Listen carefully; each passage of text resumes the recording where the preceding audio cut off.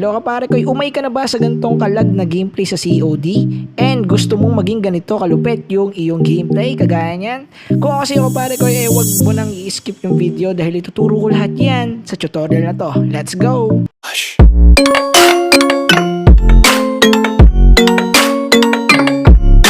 Para kayo promote ko muna ng mabilis yung ating nalalapit na laban sa ating tournament.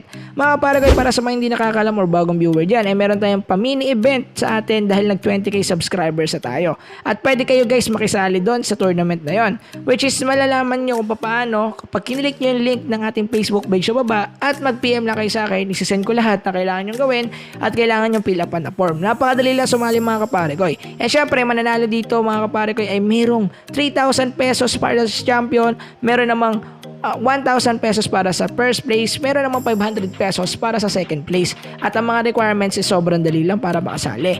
Ang kailangan nyo lang gawin mga pare ko ay click lang yung link sa baba para makapag-PM na sa akin kung meron na kayong squad or meron na kayong team. So PM lang kayo mga pare ko dahil magsisimula na yung laban natin sa May 23 at 3 slots na lang yung kailangan natin para sa batch 1. Pero meron pa tayong batch 2 na pwede nyo salihan anytime mga kapare ko. Open for registration rin siya. So ngayon guys, balik tayo sa video. Let's go! So mga pare ko, simulan na natin yung pagsisetup kung paano yan, step by step procedure. Pero first of all mga pare ko, kung gusto nyo i-download yung files ko at umalis na lang i-setup sa COD nyo, hindi siya basta-basta mag-work. As in sabihin natin 7 to 30% kasi kailangan meron ka pang settings na sasabihin ko mamaya kung paano nyo gawin or paano nyo malalaman kung paano siya gawin or paano siya i-setup sa mismong phone natin yun mga pare ko. Ngayon, simulan na natin muna yung pagsisetup.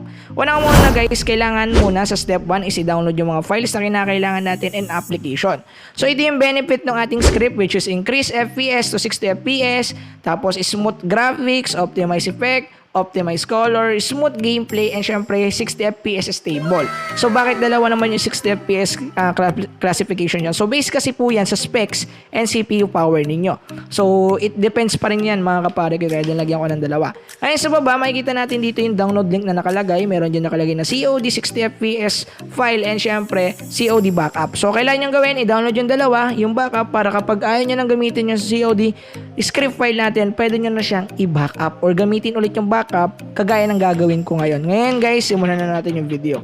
So i-download nyo muna yung COD 60 FPS backup or 60 FPS file, and then ngayon naman ang gagawin natin is i-download ang Xur Archiver and i-open siya ngayon. Pag na-download yun na, tapos na tayo sa step 1, step 2, kailangan natin hanapin at i-extract yung mismong file na yon. Ngayon pupunta tayo ngayon sa ating download folder. Hanapin natin yung COD low graphics config. So ayun yung pangalan niya guys, COD low graphics. So alphabetical naman to, hanapin nyo na lang sa C. Nagpasa tayo. So dito makikita nyo guys, COD low graphics 60 FPS config season 3 by Parekoy's TV and Tips. Click nyo yan. Pagka-click nyo mga kaparekoy, i-click nyo yung view, huwag nyo nang i-extract.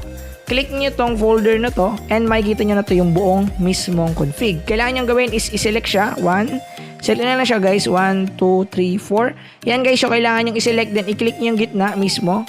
At hanggang may lumabas niya na copy or delete. Click nyo lang yung copy. Ngayon pagkatapos nyo i-click yung copy, punta ulit tayo ng device memory. Hanapin natin yung folder na Android. Hanapin natin yung data folder. Hanapin natin dito yung com.garena.game.codm, which is mahanap natin sa G kasi alphabetical nga to. So masyado na tayong mababa. Hanapin natin yung com.garena.game.codm. Hanapin natin guys. So guys, para sa mga naka-global version ng COD, pwede rin sa inyo to. Click nyo lang muna yan. Punta tayo ngayon sa files. And dito sa files mismo, ang kailangan nyo gawin is just to paste it. Okay? Paste nyo lang. Okay?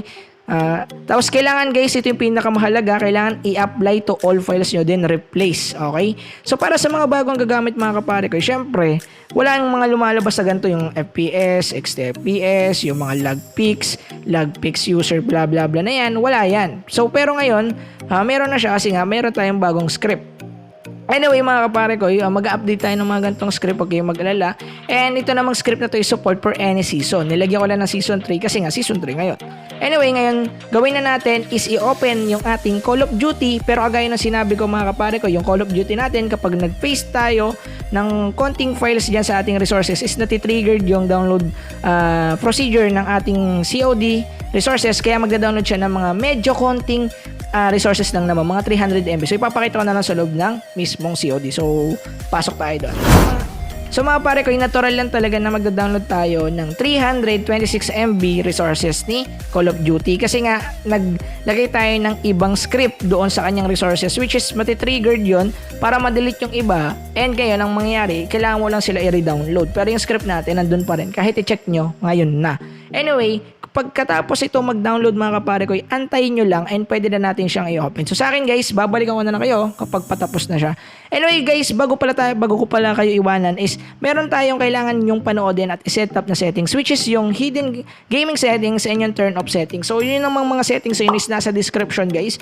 Kailangan nyo lang silang panoodin kasi yun yung pinakamahalaga or isa rin sa pinakamahalaga, sabihin natin top 2 para mas mapaganda yung effect ng mismong config natin. So I hope guys panoodin nyo yun and yung sinasabi ko kanina settings sa kailangan nyo gawin. And ngayon guys, iwanan ko na kayo. Let's go. So yun na mga para kayo, bumalik ako sa 85 or 86%. So kagaya na sinabi ko kanina guys, kailangan pampanood nyo muna yung dalawang video na yon. Kasi doon guys, tinuro ko talaga yung tamang pag-optimize and yung mga settings sa kailangan yung i-turn on and i-turn off para mas mapaganda yung gameplay ninyo sa inyong mga mobile phone.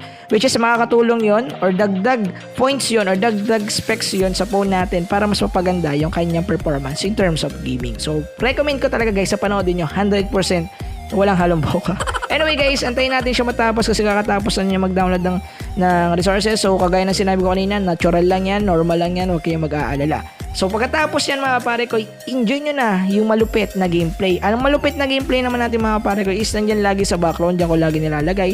Nakita nyo naman kanina yung example from the start and from the end. Ayun yung gagamitin natin na malupit na gameplay. So yun, napakalupit naman talaga guys, sobrang smooth. Kahit ako guys, nabigla doon sa kinumpig ko.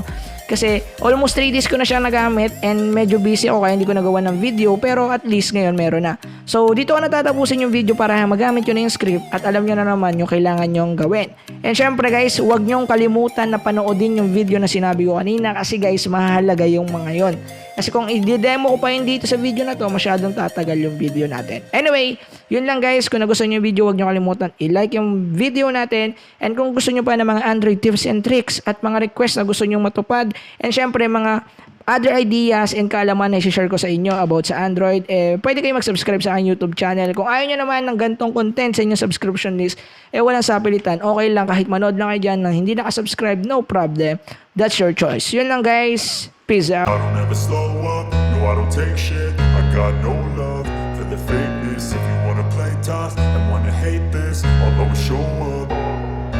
I don't ever slow up, no I don't take shit. I got no love for the fakeness. If you wanna play tough and wanna hate this, I'll always show up and make a statement. I don't ever slow up, no I don't take shit. I got no love for the fakeness. If you wanna play tough and wanna hate this, I'll always show up and make a statement. Everything I do so instinctive and so passionate. Every word I move so descriptive like an adjective. I got a vendetta against people who patented being negative when you should be getting after it. I got facts over tracks, this and that. Spitting slow, spitting fast. I could roast, I could gas. Think I'm okay at last, but I don't know if that can erase all the past. And the pettiness, a reflection of the emptiness. Hilarious, you think you're worth my time, you're delirious. Mysterious, because you hide behind a fake exterior. Inferior, you know I'll always be a bit superior. Get off of me, this ain't no humble brag. I want you to hear words, you can say them back. I want you to feel free from the chains at last, and to believe in what you got, it was built to last, yeah. Now that I've been put through hell, I never got anyone's help. I had to do it all myself. I don't ever slow up, no I don't take shit. I got no love